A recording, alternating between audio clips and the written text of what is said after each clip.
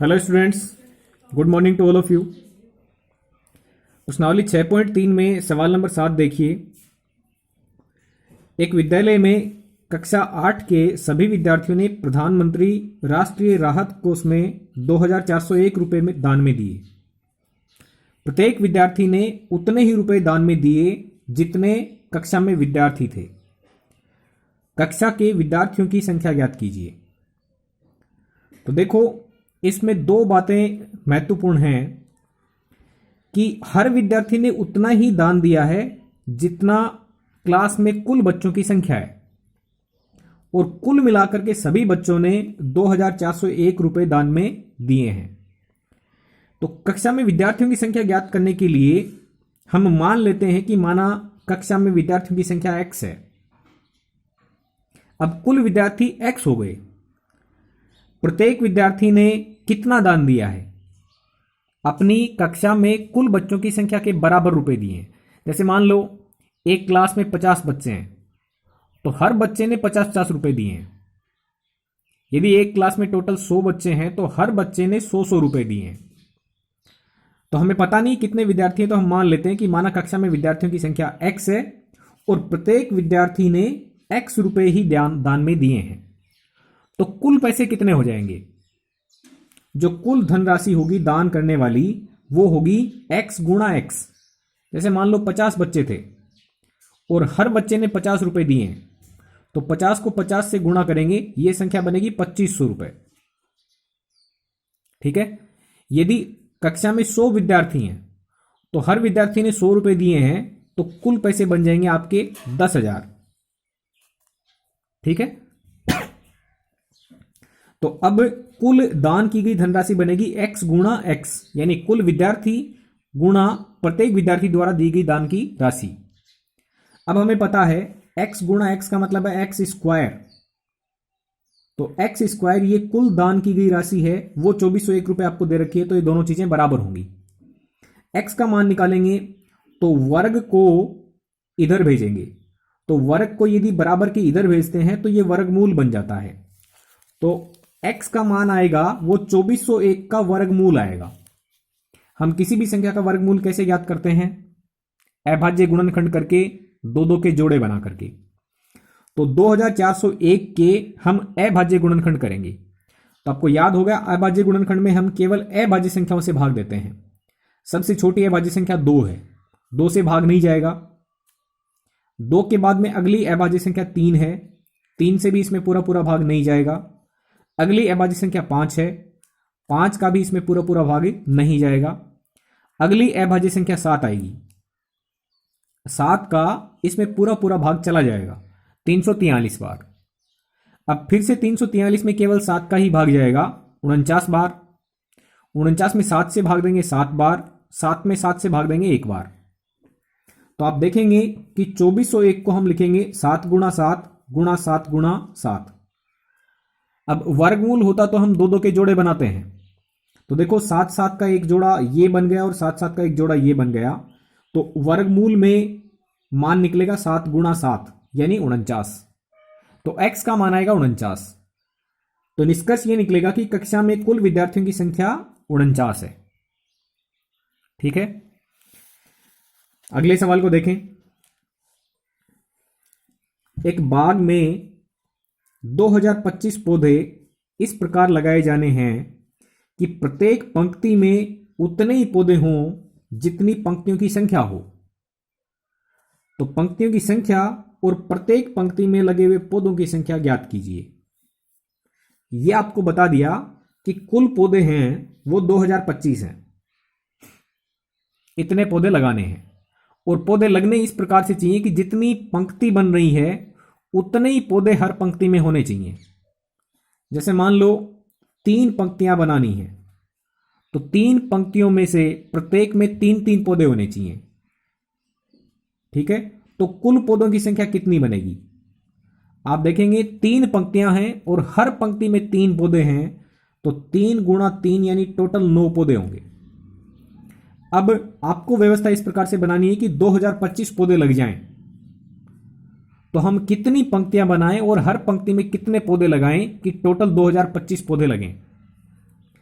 तो इसके लिए आप क्या करोगे, उसी सवाल की तरह है। मान लीजिए बाग में पंक्तियों की संख्या है वो x है, बाग में कुल पंक्तियों की संख्या कितनी है, x है, और प्रत्येक पंक्ति में लगे हुए पौधों की संख्या x है। जितनी पंक्ति उतने ही पौधे लगेंगे। यदि 4 पंक्ति बनेंगी तो हर पंक्ति में 4-4 पौधे लगाने हैं। तो कुल पौधों की संख्या हो जाएगी 4 × 4 यानी 16। तो हमें पता नहीं है कितनी पंक्तियां हैं और प्रत्येक पंक्ति में कितने पौधे लगे हैं, तो हम x मान लेते हैं। माना x पंक्तियां हैं और हर पंक्ति में पौधों की संख्या x है, तो कुल पौधे हो जाएंगे x × x। इसका मतलब x² है वो कुल पौधों की संख्या है, कितनी, 2025।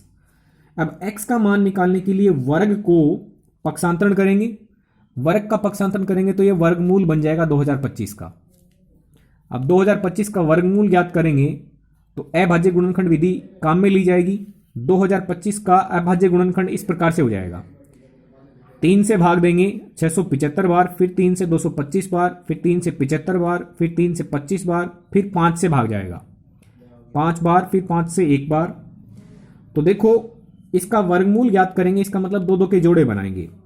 तो एक जोड़ा 3 का बन गया, एक और जोड़ा बन गया 3 का, एक जोड़ा और बन गया 5 का। तो कुल 3 × 3 × 5 यानी टोटल संख्या बनेगी 45। तो इसका मतलब निकलेगा कि बाग में कुल पंक्तियों की संख्या कितनी है, 45 है। कुल पंक्तियां कितनी लगेंगी, 45, और प्रत्येक पंक्ति में पौधे भी कितने लगेंगे, 45। तो 45 × 45 करोगे आपको 2025 कुल पौधे व्यवस्थित नजर आएंगे। ओके स्टूडेंट्स, ये था आपका 8 का सवाल। सवाल नंबर 9 देखिए, वह सबसे छोटी वर्ग संख्या ज्ञात कीजिए जो 4, 9, 10 सभी से विभाजित हो जाए। वह सबसे छोटी वर्ग संख्या ज्ञात कीजिए।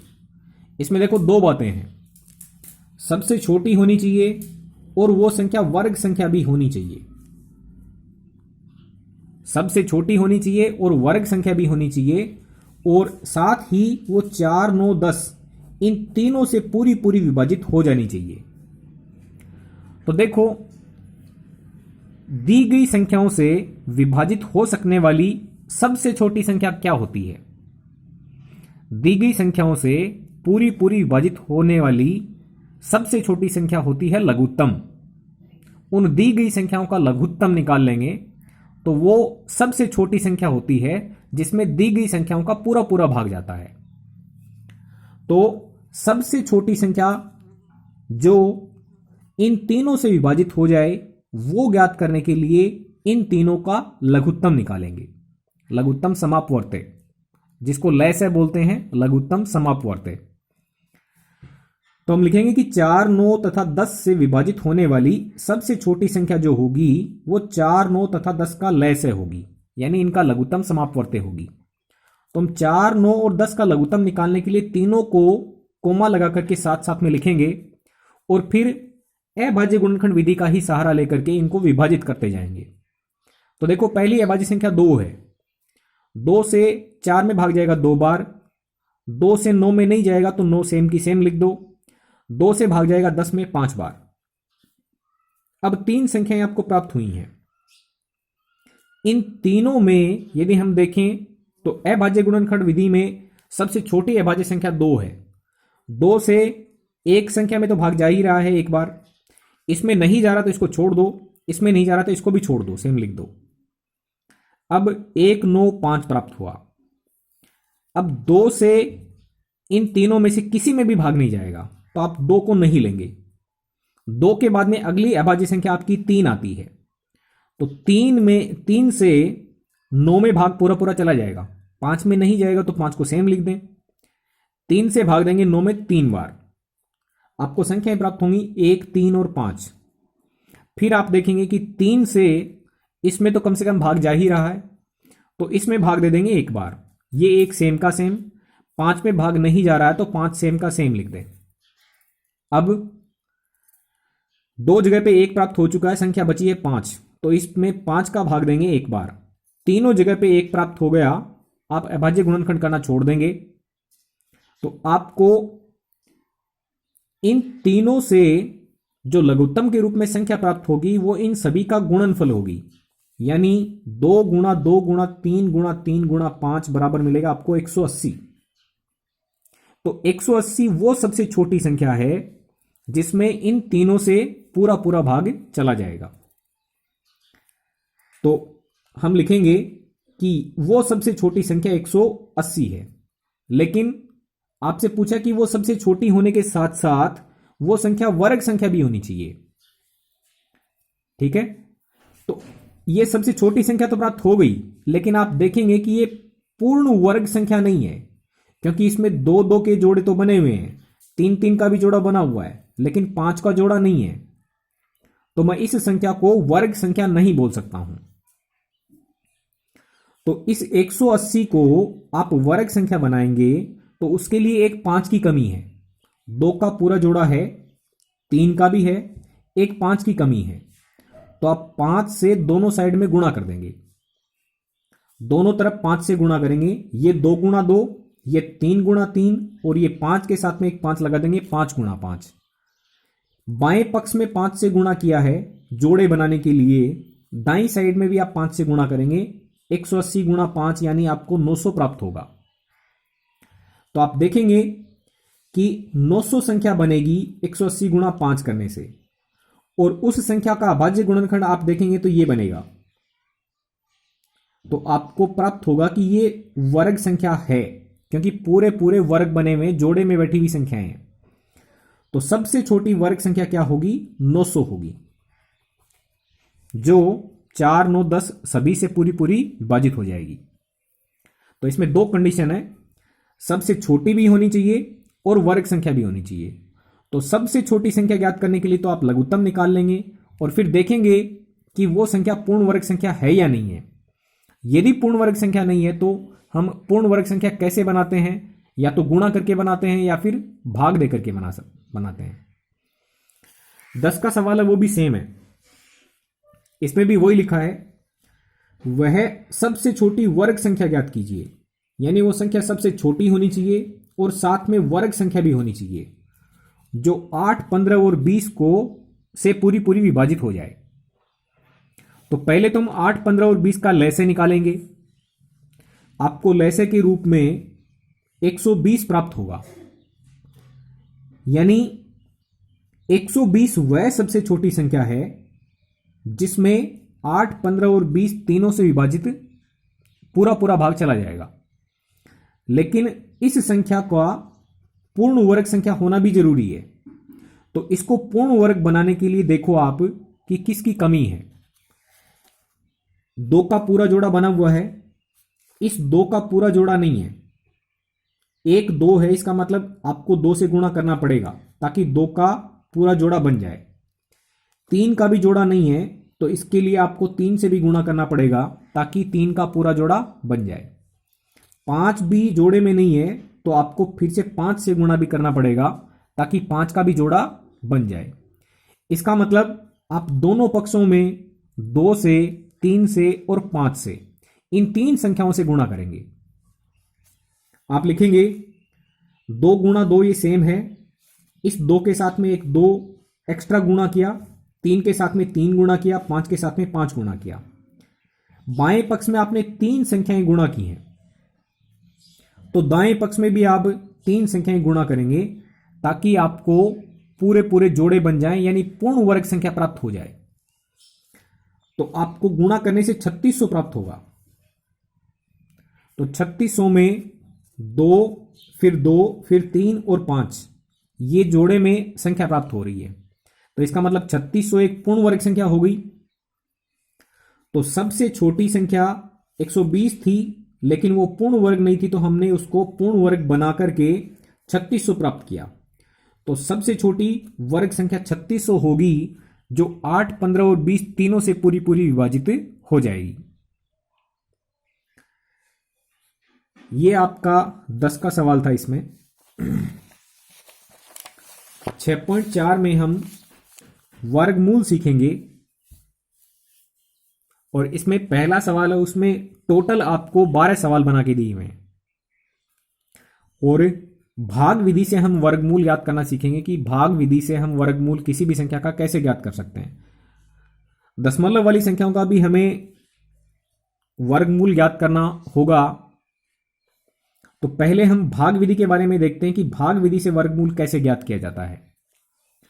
देखो पहला सवाल लेते हैं, इसमें लिखा हुआ है 2304। इस संख्या का आपको वर्गमूल ज्ञात करना है भाग विधि से।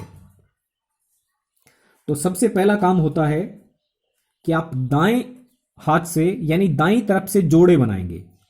जोड़े का मतलब होता है दो दो का ग्रुप।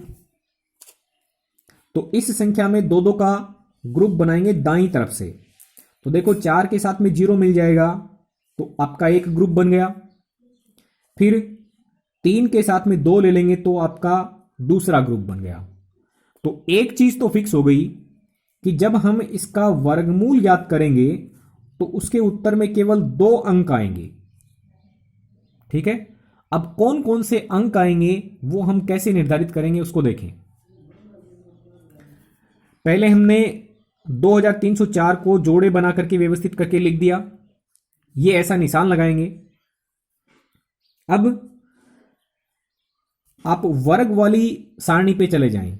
2 का वर्ग देखेंगे 4 है, 3 का वर्ग देखेंगे 9 है, 4 का वर्ग 16 है, 5 का वर्ग 25 है, 6 का वर्ग 36 है, 7 का वर्ग 49 है, 1 का वर्ग 1 है। तो देखो जो पहले जोड़े में संख्या वो 23 है, तो 16 से बड़ी है और 25 से छोटी है।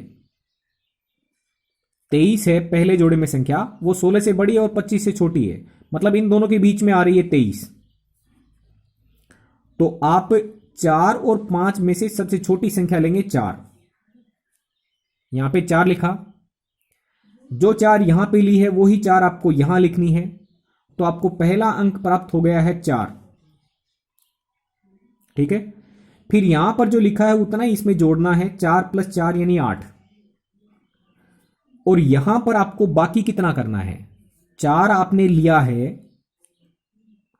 क्योंकि 23 थी, और 23 4 और 5 से आपको छोटा अंक देगा 4। तो आप 4 का वर्ग 16 23 में से घटा देंगे। ठीक है, 4 का वर्ग कितना 16। आप समझें, 4 अंक लिया तो 4 यहां पे लिखेंगे, 4 यहां पे भी लिखेंगे, और 4 का वर्ग जितना होगा वो घटा देंगे। भाग विधि है तो हम क्या करते हैं, भाग विधि में हम घटाते ही तो हैं। तो हमने 16 इसमें से घटा दिया, 23 में से 16 माइनस किया तो 7 आया। फिर बाकी करने के बाद में हम भाग विधि में अगला अंक उतारते हैं, लेकिन इसमें क्या होता है, अगला पूरा जोड़ा उतरेगा, यानी 0 और 4 ये दोनों उतारे जाएंगे। तो कुल संख्या बनेगी आपकी 704।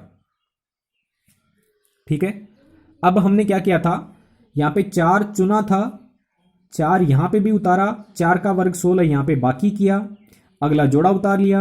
यहां पे 4 जो सिलेक्ट किया था आपने उसी को जोड़ दो यहां पर, 4 + 4 क्या बन गया 8।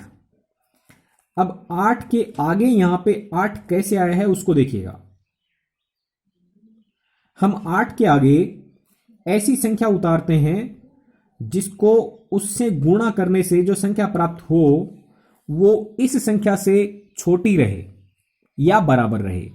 भाग में हम ऐसा ही करते हैं, हम पाड़ा उतनी बार बोलते हैं कि हम या तो उस संख्या तक पहुंच जाएं या उससे कम रहें। कभी भी हम पहाड़ा ज्यादा बार नहीं बोलते हैं। तो यहां पर सपोज आपने 1 ले लिया तो 81 बनेगा, क्योंकि 8 तो 4 + 4 से 8 आ चुका है। आगे यहां पर देखना कि क्या आएगा। तो सपोज मैं 1 लेता हूं तो 81 को 1 से गुणा करने से 81 प्राप्त होगा। तो यह संख्या तो 704 से काफी छोटी है, तो थोड़ी बड़ी संख्या ले लें। 82 गुणा 2 करके देखें, जो यहां पे लोगे उसी से गुणा करोगे। 2 दूनी 4 बना, 8 दूनी 16, 164, इससे काफी छोटी है। ऐसे करते हुए आप लेंगे 8 3 गुणा 3 यानी 83 गुणा 3 करने से 9 और 24 249, अभी भी इससे काफी छोटी है। तो आप ऐसे करते करते जब यहां पे 8 लेंगे, 88 गुणा 8 करेंगे तो ये संख्या आपको 704 प्राप्त हो जाएगी। यानी खुद वही संख्या आपको मिल गई। तो आपने दूसरा अंक क्या चुना? 8 चुना। 88 को 8 से गुणा करने से आपको क्या मिलेगा? 704। तो भाग विधि में हम क्या करते हैं, इसमें से इसको बाकी कर लेते हैं, आपको 0 प्राप्त होगा। दूसरा अंक आपका क्या चुना गया? 8। तो दूसरा अंक आपका 8 हो गया, उसको यहां पर भी उतारोगे, यहां पे क्या हो जाएगा? 8। तो इसका वर्गमूल निकलेगा 48। अब दूसरे सवाल को फिर देख लें। संख्या आपको दे रखी 4489। तो सबसे पहला काम है जोड़े बनाना दाईं तरफ से। तो 9 के साथ में 8 लेकर के आप पहला जोड़ा बना लेंगे, फिर 4 के साथ में 4 लेकर के दूसरा जोड़ा बन जाएगा। तो एक चीज फिक्स हो जाएगी कि जो वर्गमूल होगा उसमें 2 अंक आएंगे। अब वर्गमूल में 2 अंक कौन कौन से आएंगे ये हमें डिसाइड करना है। तो पहले देखो, वर्ग वाली टेबल पे जाओगे। अब आप देखोगे कि 44 है पहले ग्रुप में, तो 36 से बड़ी है 44 और 49 से छोटी है। तो इनके बीच में होने से आप छोटे वाले अंक को चुनते हैं। तो आप 6 और 7 में से, क्योंकि 44 36 से बड़ी है और 49 से छोटी है, तो 6 और 7 में से हमेशा छोटे अंक को लेना है। आपने पहला अंक ले लिया 6, यहां पर भी उतारोगे, यहां पर भी उतारोगे, और 6 का वर्ग बनेगा 36। तो पहले ग्रुप की संख्या 44 में से 36 माइनस कर लेंगे तो 8 बचेगा। बाकी करने के बाद में हम क्या करते हैं, अगले पूरे जोड़े को उतारते हैं। अगला अंक नहीं उतरता, अकेला पूरा जोड़ा उतरता है। तो 8 के बाद में 89 उतरेगा, तो आपको संख्या प्राप्त हो जाएगी 889। अब यहां पे आपने पहला अंक क्या चुना था? 6। तो 6 में 6 जोड़ दें, आपको 12 मिल जाएगा। अब हमें 12 के बाद वाला अंक यहां पे चुनना है। तो हम क्या लेंगे जिससे कि या तो 889 प्राप्त हो जाए, या फिर इससे छोटी संख्या प्राप्त हो जाए, इससे बड़ी नहीं हो। तो मान लो आपने 2 यहां पे लिया, 182 को 122 को 2 से गुणा करेंगे तो ये 244 होगी, जो कि 889 से काफी छोटी होगी। तो इस 2 की बजाय थोड़ा बड़ा अंक ले लें, मान लो आपने 5 ले लिया, ठीक है। तो ये आपकी संख्या बन जाएगी 625, ठीक है। तो ये भी 889 से छोटी है। ऐसे करते करते आप 12 के आगे यदि 7 उतार लेंगे तो 127 को 7 से गुणा करने से 889 प्राप्त हो जाएगा, जो कि वही संख्या प्राप्त होगी सेम। तो आपने अगला अंक कौन सा डिसाइड किया? 7। उस 7 को यहां भी उतारोगे और यहां भी उतारोगे, तो 4489 का वर्गमूल आपको क्या प्राप्त हो जाएगा? 67। ओके स्टूडेंट्स, तो इस प्रकार से आपको ये टोटल 12 सवाल हैं, इनको कर लेना है। Okay, thank you very much.